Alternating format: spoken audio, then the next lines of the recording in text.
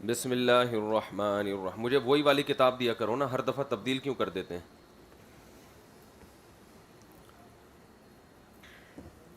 بسم اللہ الرحمن الرحیم. کون سی حدیث نمبر؟ حدیث نمبر 60. نبی صلی اللہ علیہ وسلم فرمایا, جب انسان زنا کرتا ہے تو اس سے ایمان نکل جاتا ہے, اس کے سر پر سائبان کی طرح ہوتا ہے. جب وہ اس عمل سے لوٹتا ہے تو رجع الیہ الایمان, ایمان واپس لوٹ آتا ہے. لوٹنے کا مطلب جب توبہ کرتا ہے. الفصل الثالث. چلیے حدیث نمبر 61. نہیں, ایک بندہ کیوں, باقیوں کا حق نہیں ہے کیا بھائی؟ کم از کم حدیث کی عبارت تو پڑھے نا. چلیں,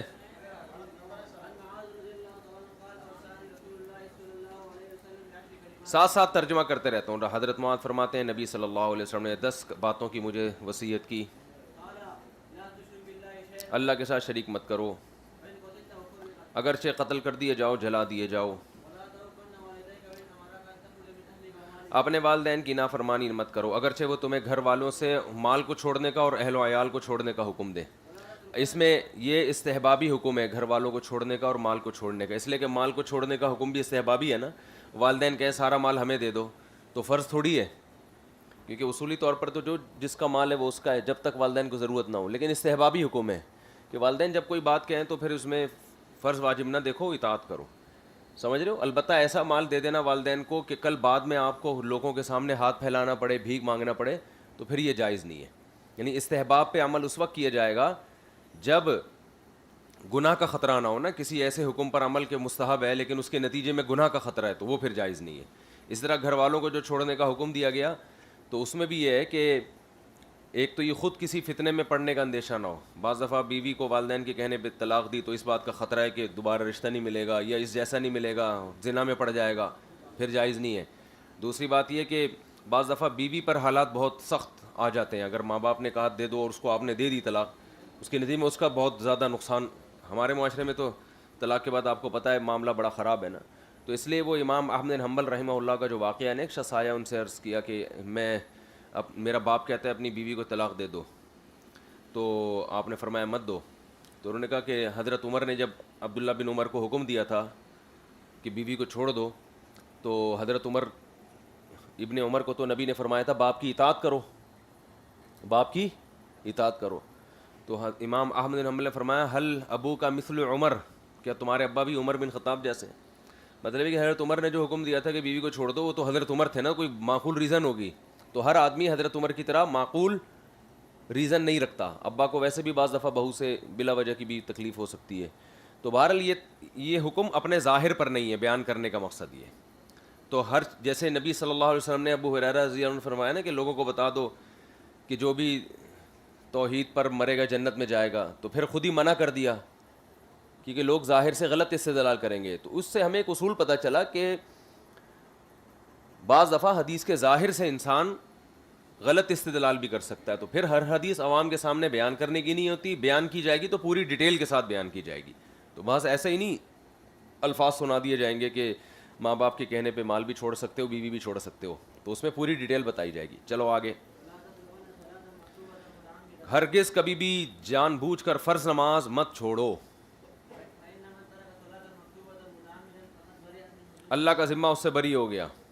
ذمہ بری کا مطلب اب اللہ اس سے بری ہے, اب وہ اللہ کا کوئی جنت کی گارنٹی نہیں ہے اس کے لیے. ہرگز ہرگز شراب مت پیو, ہر برائی کی جڑ ہے. ہر گناہ سے بچو. حل سخط اللہ, اس لیے کہ گناہ کے ذریعے اللہ کی ناراضی اتر آتی. ہاں, وہ ایاکا کہاں چلا گئے, وَإِيَّاكَ وَالْفِرَارَ مِنَ الزَّحْفِ وَإِنْ هَلَكَ النَّاسِ, اگرچہ لوگ ہلاک ہو جائیں مگر جنگ سے مت بھاگو. فرار من الزحف بھی حرام ہے, لیکن یاد رکھو اس فرار من الزحف سے وہ فرار مراد ہے جس کی بیس بزدلی ہو.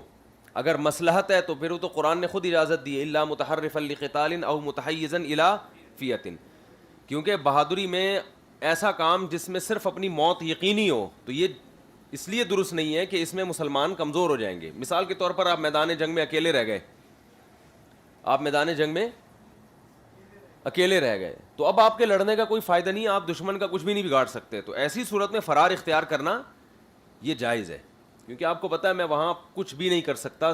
اب آپ کے شہادت میں نقصان یہ ہے کہ مسلمانوں کی قوت کمزور ہو جائے گی. تو فرار من الزحف یعنی میدان جنگ سے بھاگنے میں وہ بھاگنا ہے جس کی بیس بزدلی برائے بزدلی ہو اور کوئی مقصد نہ ہو.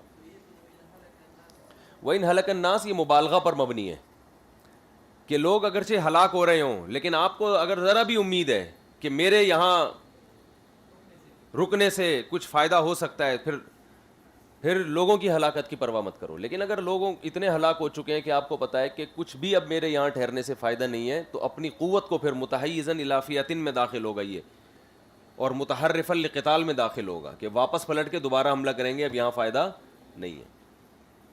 چلو بھائی, یہ تو ہوتا ہے جنگوں میں. خود جو ہے وہ جتنی بھی دنیا میں جنگیں ہوتی ہیں نا, ان میں فرار مصلحتاً فرار یہ جنگ کا حصہ ہوتا ہے کہ اپنی قوت کو بچانا.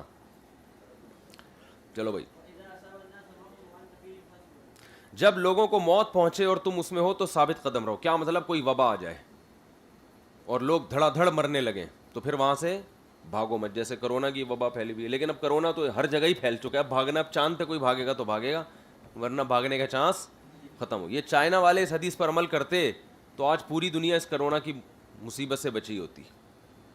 انہوں نے بھاگ بھاگ کے نا, چائنا والوں نے پوری دنیا میں پھیلا دی ہے. کیا کس کی؟ چائنیز کی. ہاں بس جو بھی ہوا ہے. اب وائرس کی ایکسپورٹ امپورٹ ہوا ہے نہیں ہوا, یہ یوٹیوب کی تحقیقیں ہیں. یہ باخبر ذرائع بھی تو ہمارے جیسے ہی ہوتے ہیں نا, باخبر باختر خبر, وہ کیا ہے. چلیں, وَأَنفِقْ عَلَىٰ عَيَالِكَ مِن طَوْلِكَ, طول گنجائش اور طاقت کو کہتے ہیں. جتنی اللہ نے گنجائش دی ہے اس کے حساب سے اپنے اہل و عیال پر خرچ کرو. عیال وہ جو آپ کے محتاج ہوتے ہیں, بیوی اور بچے. اور اگر ماں باپ کمانے کے قابل نہیں ہے, یعنی باپ نہیں کما رہا یا کما ہی نہیں رہا ہے یا کمانے کے قابل نہیں ہے, تو پھر وہ بھی عیال میں داخل ہو جائے گا, اس کا بھی. یعنی اپنی گنجائش کے حساب سے ان پہ خرچ کرو. ہاں, ان سے لاٹھی کو مت رکھ. عیال سے یہاں مراد بچے ہوں گے, ماں باپ پر تو ظاہر ہے لاٹھی نہیں ہوتی نا. ان کو ادب ادباً مفعول لہو, ادب سکھانے کے لیے لا ترفع عنہم عصاک, لاٹھی کو ہٹاؤ نہیں. کیا مطلب؟ یہ نہیں کہ ہر وقت کوٹتے رہو پیٹتے رہو ان کو. کسی بھی حدیث کا مطلب ایسا لینا جائز نہیں ہے جو نبی کا خود اس پر عمل نہ ہو. تو نبی صلی اللہ علیہ وسلم نے تو کبھی کسی خادم کو مارا بھی نہیں ہے, تو نہ حضرت حسن حسین کی تربیت کے لیے کبھی حدیث میں ملتا ہے کہ ان کو مارا ہو. تو اس لیے اصل تو اخلاق ہیں, لیکن روب رہے ان کے اوپر, کوڑا لٹکا رہے, ان کو بتایا جائے. میری چھوٹی بچی ہے, کل میں اس کو نماز کے لیے اٹھا رہا تھا تو اٹھ نہیں رہی تھی نا, بچی ہے چھوٹی, لیکن اتنی ہے 7 سال میں تو نماز کا حکم ہے نا, تو میں نے اس کو ویسے ہی ڈرا دیا. میں نے کہا پتہ ہے نا پھر میرا یہ مطلب ہے لا ترفع عنہم عصاک ادب. میں نے کہا پتہ ہے نا کہ میں ایک دفعہ کہتا ہوں اس کے بعد تو بس اٹھ کے بیٹھ گئی. اللہ کا شکر ہے. حالانکہ میرا کوئی ارادہ نہیں تھا کہ نہیں بھی اٹھے تو ماروں گا, مارنے کا پروگرام نہیں تھا, بس یہ کہ مولا بخش لٹکا رہے. چلو بھائی, وَأَخِفْهُمْ فِي اللَّهِ, ان کو اللہ کے بارے میں ڈراؤ. رواہ احمد.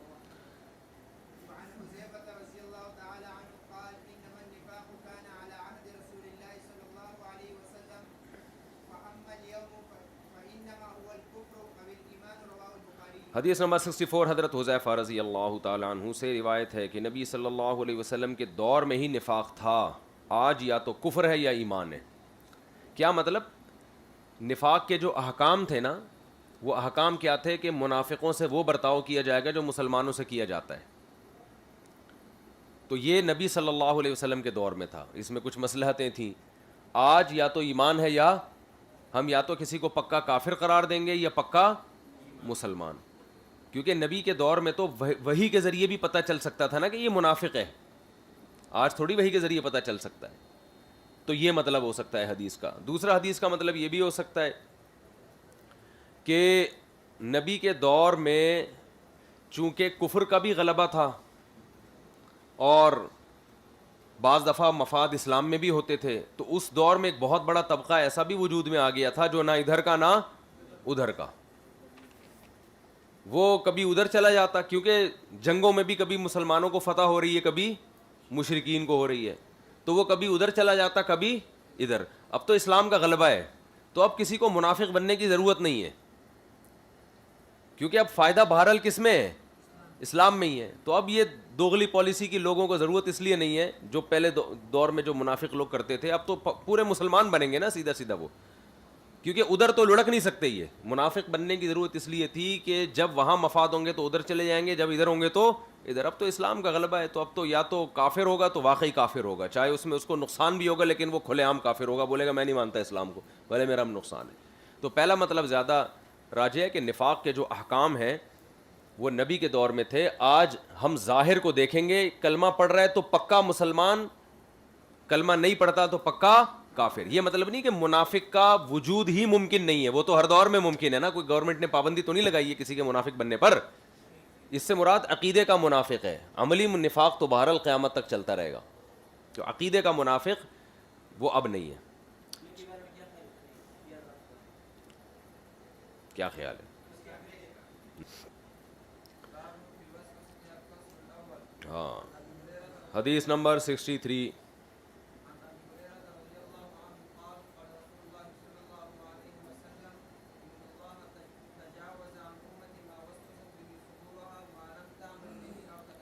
بہت زبردست حدیث ہے۔ حضرت ابو ہریرہ فرماتے ہیں رسول اللہ صلی اللہ علیہ وسلم نے ارشاد فرمایا، اللہ نے میری امت سے معاف کر دیا ہے۔ تجاوزہ کا معنی نظر چشم پوشی سے کام، یعنی اس کو کیا عام ترجمہ ہوگا، اللہ نے درگزر کر دیا ہے میری امت سے وہ چیزوں کو جو ان کے دلوں میں وسوسے پیدا ہوں، جس کے دل میں کفریہ خیالات آ رہے ہیں، اللہ کے بارے میں اعتراضات ہو رہے ہیں، تو اللہ نے معاف کر دیا ان چیزوں کو۔ ما لم تعمل بھی، جب تک ان وسوسوں پر عمل نہ کرے، یعنی وسوسوں کے تقاضے پر عمل نہ کرے۔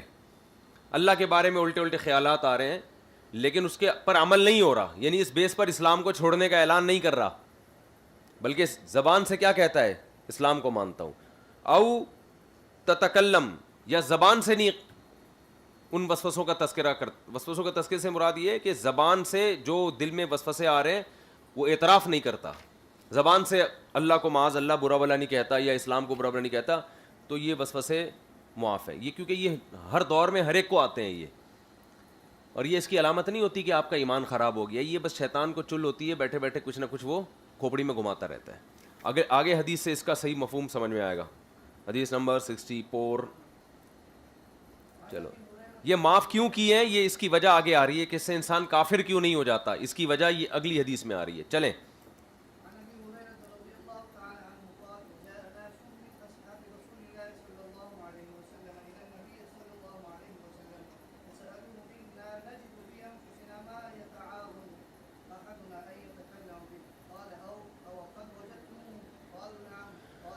ہاں، رواہ مسلم۔ وجہ سمجھ میں آ گئی۔ حضرت ابو ہریرہ فرماتے ہیں رسول اللہ صلی اللہ علیہ وسلم کے اصحاب میں سے کچھ لوگ آپ کے پاس آئے اور پوچھا، یا رسول اللہ، ہم اپنے دل میں کچھ ایسے وسوسے پاتے ہیں، ما یتعاظم احدنا ان یتکلم بھی، کہ ہم اس کو زبان سے کلام کرنے کو بہت بڑا جرم سمجھتے ہیں، یعنی ہمیں افسوس ہوتا ہے یہ دل میں ایسے خیالات آ کیوں رہے ہیں، اتنی عجیب عجیب بعض دفعہ چیزیں دماغ میں آتی ہیں، ہم ڈرتے ہیں زبان سے ادا کرتے ہوئے کہیں زبان سے ادا نہ ہو جائیں، تو لیکن دل میں کیوں آ رہے ہیں یہ؟ تو آپ نے فرمایا اوقد وجدتموہ، کیا واقعی تم وجدتموہ اس کو پاتے ہو، ان وسوسوں کو ایسا پاتے ہو کہ زبان سے نہیں ادا کر پاتے، زبان سے ادا کرتے ہوئے ڈر لگتا ہے؟ فرمایا ہاں۔ قال ذاک صریح الایمان، فرمایا یہ تو عین ایمان ہے، یعنی اس کی علامت تم پکے مومن ہو، اس لیے کہ اگر واقعی اسلام پہ شک ہو چکا ہوتا اور اسلام غلط لگنے لگتا تو پھر ڈرتے تھوڑی زبان سے ادا کرتے ہوئے، ڈر یہ تو رہے نا بھائی، منہ سے بولیں گے آخرت میں سزا ملے گی، تو اس کا مطلب آخرت پر بھی یقین ہے، جہنم پر بھی یقین ہے، جنت پر بھی، اللہ پر بھی، اور اس کو غلط بھی سمجھتے ہو۔ سمجھتا ہے بات کو؟ پھر پڑھتا کیوں نہیں رات کو؟ چلو آگے۔ تو اس لیے وسوسوں کا علاج یہی ہے کہ اس سے بالکل ٹینشن نہ لے آدمی، اور ان کے بارے میں زیادہ سوچے بھی نہیں، بھگانے کی بھی فکر نہ کرے۔ جو وسوسوں کو بھگانے کی فکر کرتا ہے اس کو وسوسے اور زیادہ آتے ہیں، سمجھ رہے ہو؟ تو بھگانے کی بھی فکر نہ کرو، آ رہے آنے دو، نہیں آ رہا نہیں آنے دو، بس ایسے ہی ٹھیک۔ البتہ وہ کام کرنا جس سے وسوسے پیدا ہوں یہ ٹھیک نہیں ہے۔ وہ کام کون سے کام ہیں؟ بعض دفعہ آپ کسی ملحد کی یا اسلام دشمنوں کی یا اس طرح کے لوگوں کی جب بہت زیادہ تقریریں سنتے ہیں نا، تو اس کا نقصان یہ ہوتا ہے کہ اچھے بھلے دلائل آپ کے ذہن میں ہوتے ہیں اسلام کے برحق ہونے کے، لیکن شیطان وسوسے ڈالنا شروع کر دیتا ہے. دلائل کی دنیا اور الگ ہے، کیفیات کی دنیا الگ ہے، وہ کیفیات خراب ہونے لگتی ہیں آپ کی. مثال کے طور پر آپ کو پتہ ہے میرا باپ ایک نمبر آدمی ہے اور میرے یہی ابا ہیں، نادرہ میں بھی یہی لکھے ہوئے ہیں اور ہر لحاظ سے یہی ہیں، اور میری اماں بھی بالکل ٹھیک ٹھاک ہیں، خیانت نہیں کر سکتی، وہ سب کچھ ہے. لیکن ایک آدمی مسلسل آپ کے ابا کے اور والدہ کے کردار پر انگلی اٹھائے گا نا، اور آپ سنتے رہیں گے اس کی بات، حالانکہ دلائل کی دنیا میں اگرچہ وہ ہار چکا ہوگا، لیکن آپ کے دماغ میں یہ میں حلفیہ بولتا ہوں وسوسے آنا شروع ہو جائیں گے، شاید یہ نہ ہو. تو ٹھیک ہے، ان وسوسوں کی وجہ سے ابا کی حق تلفی تو نہیں ہو رہی، لیکن ان وسوسوں کا نقصان یہ ہوتا ہے کہ پریکٹیکل لائف میں، عملی زندگی میں باپ کی اطاعت کا جو لطف اور مزہ تھا وہ کرکرا ہو جاتا ہے. تو اس لیے علماء منع کرتے ہیں کہ حق کے خلاف سنو بھی مت. حق کے خلاف صرف وہ سنیں جس نے ڈیبیٹ کرنی ہو، مناظرہ کرنا اور مناظرے کا اہل بھی ہو، وہ خام خواہ میں نہ سنیں. تبھی میں لڑکوں کو ملحدین کی اور یہ جو اسلام پر اعتراضات کرنے والوں کی تقریریں سننے سے منع کرتا ہوں. اس سے بیٹھے بیٹھے انسان کو خام خواہ میں وہ وسوسوں کا شکار ہو جاتا ہے. وسوسوں سے نقصان یہ ہوتا ہے عبادت کی لذت ختم ہو جاتی ہے. تو بلا وجہ نہیں سنا کرو. میں بھی نہیں سنتا، حالانکہ مجھے یہ اتنے بیوقوف لگتے ہیں نا. ایک ملحد ہے، اس کی تقریریں میں سنتا ہوں، میرا ایمان اور بڑھتا ہے. میں کہتا ہوں یار ان پاگلوں کے پاس کچھ بھی نہیں ہے بولنے کے لیے، بکواس کرتے ہیں بس، جب پھنستے ہیں تو انگلش مارنا شروع کر دیتے ہیں. لیکن پھر بھی میں جب تک شدید ضرورت نہ ہو میں نہیں سنتا. بھائی ہم اپنے اللہ کے خلاف جھوٹ موٹ میں بھی کیوں سنیں؟ وہ تو اللہ کے بارے میں ابھی ایک حدیث کا ایک کلپ آیا ہوا تھا، اس کا کہ اس کا عنوان یہ ہے کہ حدیث کا مذاق، کچھ اس طرح کا عنوان ہے اس کا. ہمیں تو روح کہاں اٹھتی ہے یار ہم یہ کلپ سنیں جس پہ لیبل ہمارے نبی کے مذاق کا ہو، ہمارے نبی کی بات کا مذاق اڑایا جا رہا ہو. تو یہ نہ سنا کرو ایسے بیٹھ کے یار دیکھیں کیا کہا ہے. کیوں دیکھیں بھائی کیا کہا ہے؟ ہم پیغمبر صلی اللہ علیہ وسلم کے خلاف مذاق میں بھی سننا پسند نہیں کرتے. یعنی مذاق کا مطلب ہمیں اگرچہ یقین ہے کہ یہ غلط بول رہا ہے، نہیں سنیں گے. ہاں کوئی لوگ اصرار کریں بھئی یہ بہت پروپیگنڈا ہو رہا ہے، لوگ بہت زیادہ اس حدیث کے خلاف جوابات نہیں آ رہے، تو اب وہ تو مجبوری ہے، اور مجبوری میں جو کام ہوتا ہے اس میں اللہ کی مدد بھی ہوتی ہے. تو خام خواہ میں نہ، اللہ کا بڑا فضل ہے نبی صلی اللہ علیہ وسلم کی گستاخیوں میں جو کارٹون شائع ہوئے، جو کچھ ہوا، الحمدللہ آج تک میں نے مذاق میں بھی کبھی نہیں دیکھا وہ کہ دیکھیں ہوئے بھی ہیں کہ نہیں ہوئے. بھاڑ میں جائے یار، ہم کیوں دیکھیں یار؟ حالانکہ ہمیں پتہ ہے وہ نبی کے ہیں بھی نہیں، وہ تو فرضی ہے نا،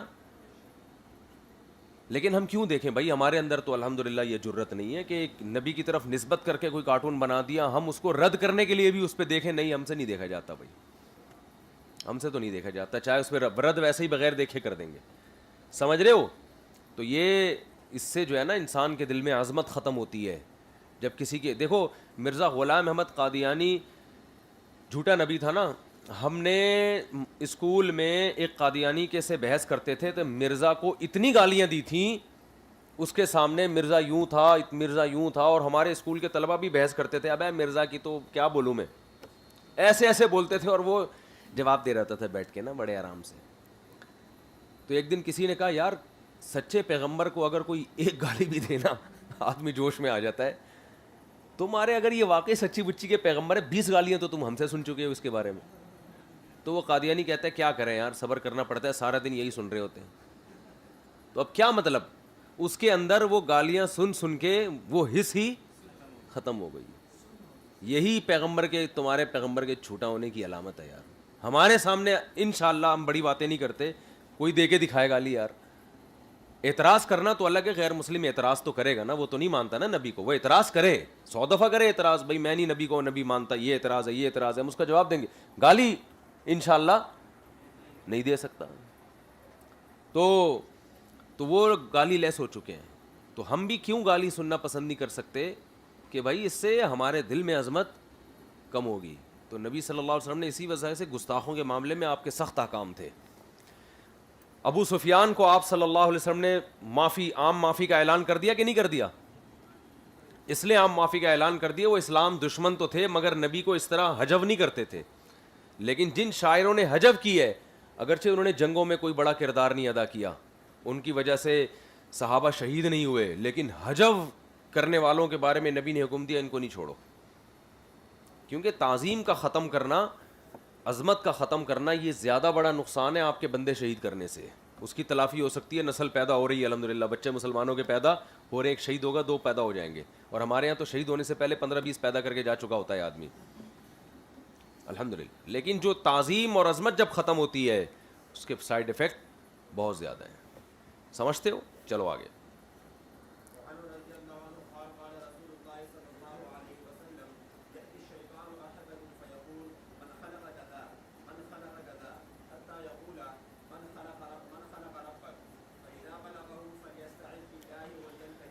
متفق علیہ. حضرت ابو ہریرہ سے روایت رسول اللہ صلی اللہ علیہ وسلم نے فرمایا شیطان تم میں سے کسی کے پاس آتا ہے اور کہتا ہے کس نے یہ پیدا کیا، یہ کس نے پیدا کیا؟ انسان کہتا ہے بھائی اللہ نے، یہاں تک کہ وہ کہتا ہے من خلق ربک، اچھا تیرے رب کو کس نے پیدا کیا؟ یہ وسوسہ انسان کے دل میں ڈالتا ہے. آپ صلی اللہ علیہ وسلم فرمایا جب انسان یہاں تک پہنچے فلیستعیذ باللہ، تو اللہ کی پناہ مانگے شیطان کے شر سے، ولینتہی، اور رک جائے یہاں پہ آ کے، اس سوال کے جواب کی تلاش کی کوشش نہ کرے، وسوسوں میں مبتلا ہوگا. وجہ اس کی یہ ہے کہ اللہ کی ذات ما فوق العقول ہے، عقل سے بالا تر ہے، تو اس کے بارے میں انسان یہ کہہ دے بھائی ہمیں نہیں، اللہ ظاہر ہے پیدا تو کسی نے نہیں کیا اللہ کو. حدیث کا مطلب یہ نہیں ہے کہ وہ یہ سوال ادھورا چھوڑ دے کہ ہمیں کیا پتہ کس نے پیدا کیا، مطلب یہ ہے کہ وہ تو خود سے ہے، خود سے کیسے، یہ ہماری عقل سے بالا تر ہے. اور عقل بھی یہی کہتی ہے، عقل بھی کیا کہتی ہے؟ یہی کہتی ہے. یعنی کوئی ملحد اعتراض کر سکتا ہے تم تو مسلمانوں کو بے عقلی کی باتیں سکھا رہے ہو نا کہ عقل استعمال نہ کرو. بھائی ایسے موقع پہ عقل یہی کہتی ہے کہ عقل استعمال مت کرو، اس لیے کہ عقل کا دائرہ کار محدود ہے، تو وہ لامحدود ذات کے بارے کی گہرائیوں میں نہیں جا سکتی. خود عقل کا بھی یہی فیصلہ ہے کہ وہاں کیا اختیار کرو. اعتراض سمجھ میں آ گیا؟ ملحد لوگ یہی کہتے ہیں کہ تمہارے تو نبی نے جو اصل سوال جہاں سے شروع ہو رہا تھا وہاں سے تو اسکپ کر دیا نا گویا تم لوگوں نے. خدا پر ملحدین جو سب سے بڑا اعتراض کرتے ہیں، وہ ہم جب کہتے ہیں کہ یہ کائنات کیا خود سے بنی ہے، ہم جب اعتراض کرتے ہیں تو کیا کہتے ہیں؟ ارے جو خدا کو نہیں مانتے ہیں، ہم جب اشکال کرتے ہیں کہ اچھا یہ کائنات خود سے بنی ہے، تو یہ تو آدمی کی کھوپڑی گھومتی ہے کہ یار یہ خود سے کیسے بن سکتی ہے، کوئی تو نقطۂ آغاز ہوگا نا. تو جب عدم تھا تو اس سے وجود میں کون لے کر آیا؟ تو وہ کہتے ہیں اچھا یہ اعتراض اگر کائنات پہ ہوتا ہے تو یہ تو خدا پہ بھی ہوتا ہے کہ وہ خود سے بنا ہے. تو اس کے جواب میں ہم کہتے ہیں کہ بھئی خدا کی ذات عقل سے اس کے بارے میں غور نہیں کریں گے. تو کہتے ہیں کہ پھر یہ بات بھی عقل سے بالا تر ہے کہ کائنات خود سے بنی ہے کہ خود بنی ہے، اس میں بھی ہم غور نہیں کریں گے. آئی بات سمجھ میں؟ بھئی یہ بھی ہمیں نہیں پتا. تو جب تم بھی تو وہاں آ کے کہتے ہو ہمیں نہیں پتا، تو ہم بھی یہاں کہتے ہیں ہمیں نہیں پتا. آئی اس بات سمجھ میں؟ تو اس کا جواب یہ ہے کہ تو یہ گھننا پنا ہے. اس کائنات کے بارے میں یہ کہنا کہ ہمیں نہیں پتا یہ جھوٹ ہے. خدا کے بارے میں کہا جا سکتا ہے کہ عقل سے بالا تر ہے، کائنات عقل سے بالا تر نہیں ہے. کائنات میں تو ہم دیکھتے ہیں کہ یہاں جو بنی ہوئی چیز ہے ایک حالت سے دوسری حالت میں تبدیل نہیں ہو سکتی جب تک کوئی مغیر نہ ہو، تبدیل کر مبدل نہ ہو. پنکھا رکا ہوا ہے نا، پیدا نہیں ہوا، رکا ہوا ہے، پیدا ہوا ہوا ہے، حالت ہے سکون. اس سے حرکت میں آنے کے لیے محرک چاہیے. تو ایک کنڈیشن سے دوسری کنڈیشن میں چینجنگ کے لیے یہاں چینجر چاہیے، پیدا ہونے کے لیے خالق نہیں چاہیے کیا؟ ارے بھائی ایک حالت سے دوسری حالت میں تبدیل ہونا زیادہ مشکل عمل ہے یا پیدا ہونا؟ وجود میں آنا زیادہ مشکل ہے. گاڑی بن کے روڈ پہ آنا مشکل کام ہے، چلنا اتنا مشکل نہیں ہے. تو چلانے کے لیے کوئی چلانے والا چاہیے، تو بننے کے لیے بنانے والا نہیں چاہیے. تو اس کائنات کے بارے میں ہماری عقل کہتی ہے خود سے نہیں بن سکتی، اور بنانے والا ہے وہ اس کائنات کا جزء نہیں ہے، وہ مادہ نہیں ہے، وہ عقل سے بالا تر ہے. اس کے بارے میں یہ فرض کرنا ممکن ہے کہ ہمیشہ سے ہے، وہ کسی نے نہیں بنایا اس کو، کیونکہ ہم اس کی گہرائیوں میں جاتے ہی نہیں ہیں. تو خود عقل کا بھی یہی فیصلہ ہے کہ اللہ کے بارے میں عقل استعمال نہ کی جائے. عقل آپ کو بتائے گی میرا دائرہ کار محدود ہے ان چیزوں کے بارے میں، کیونکہ عقل بھی مادی چیز ہے. بنی ما انسانی الا الشیطان ونذکر، حضرت موسیٰ کو کیا ہے وہ شیطان نے بہکا دیا تھا. اسی طرح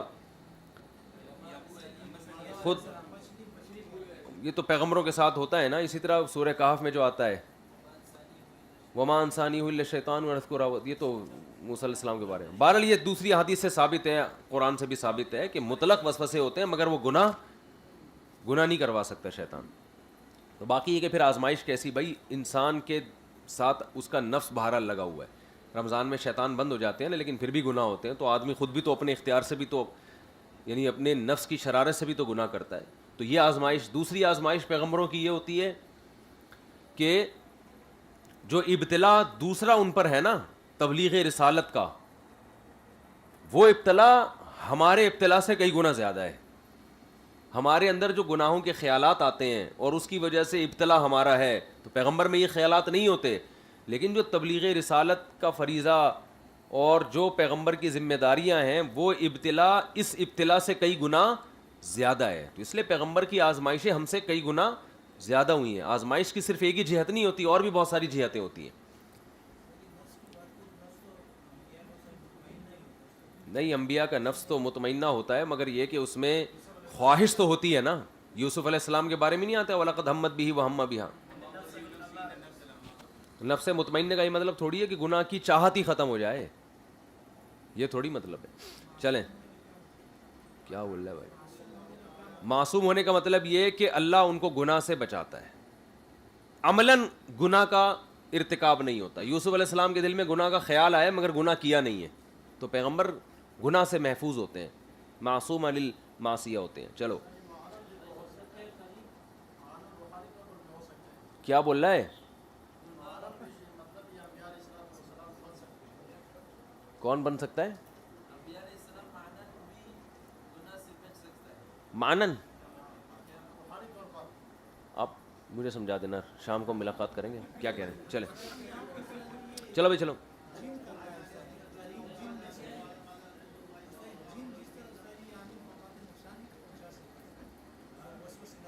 ہاں تو کیا، تو عاملوں والا جن نہیں ہے یہ ہے، یہ تو ہمیں حدیث سے ثابت ہے، لیکن عاملوں کا اس سے کوئی تعلق نہیں ہوتا. یہ جو عامل الو بنا رہے ہوتے ہیں نا کہ میں نے جن پہ کنٹرول کر لیا، کچھ بھی نہیں کیا ہوتا انہوں نے. یہ والا جن عاملوں کو پتہ بھی نہیں ہوتا. ہاں، جن ویسے کسی پہ مسلط ہو سکتا ہے، الگ سے باہر سے آتا ہے، وہ الگ قسم کے جن آتے ہیں، وہ آتے ہیں. نہیں نہیں، کوئی نہیں، وہ قلعہ اللہ کی طرف سے مقرر کرتا ہے نا وہ جن. چلو آگے حدیث پڑھیں. مارکیٹ میں تو غلط چیز چل رہی ہے. چلے بھائی،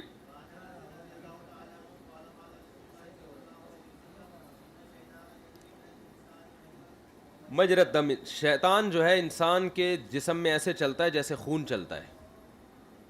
اذان ہو گئی، بس یہ آخری حدیث ہے. یعنی یہ کنایا ہے نا اس کا، یہ حقیقت پر معمول نہیں ہوتی کہ خون کی طرح یوں یوں کر کے وہ بھی رگوں میں دوڑ رہا ہوتا ہے. مطلب یہ کہ جیسے بلڈ ہے نا انسان کا سے وہ رشتہ ختم نہیں کرتا، تو شیطان بھی چپکا رہتا ہے ہر وقت انسان کے ساتھ، اور وہ بھی ایک سیکنڈ کے لیے پیچھا نہیں چھوڑتا.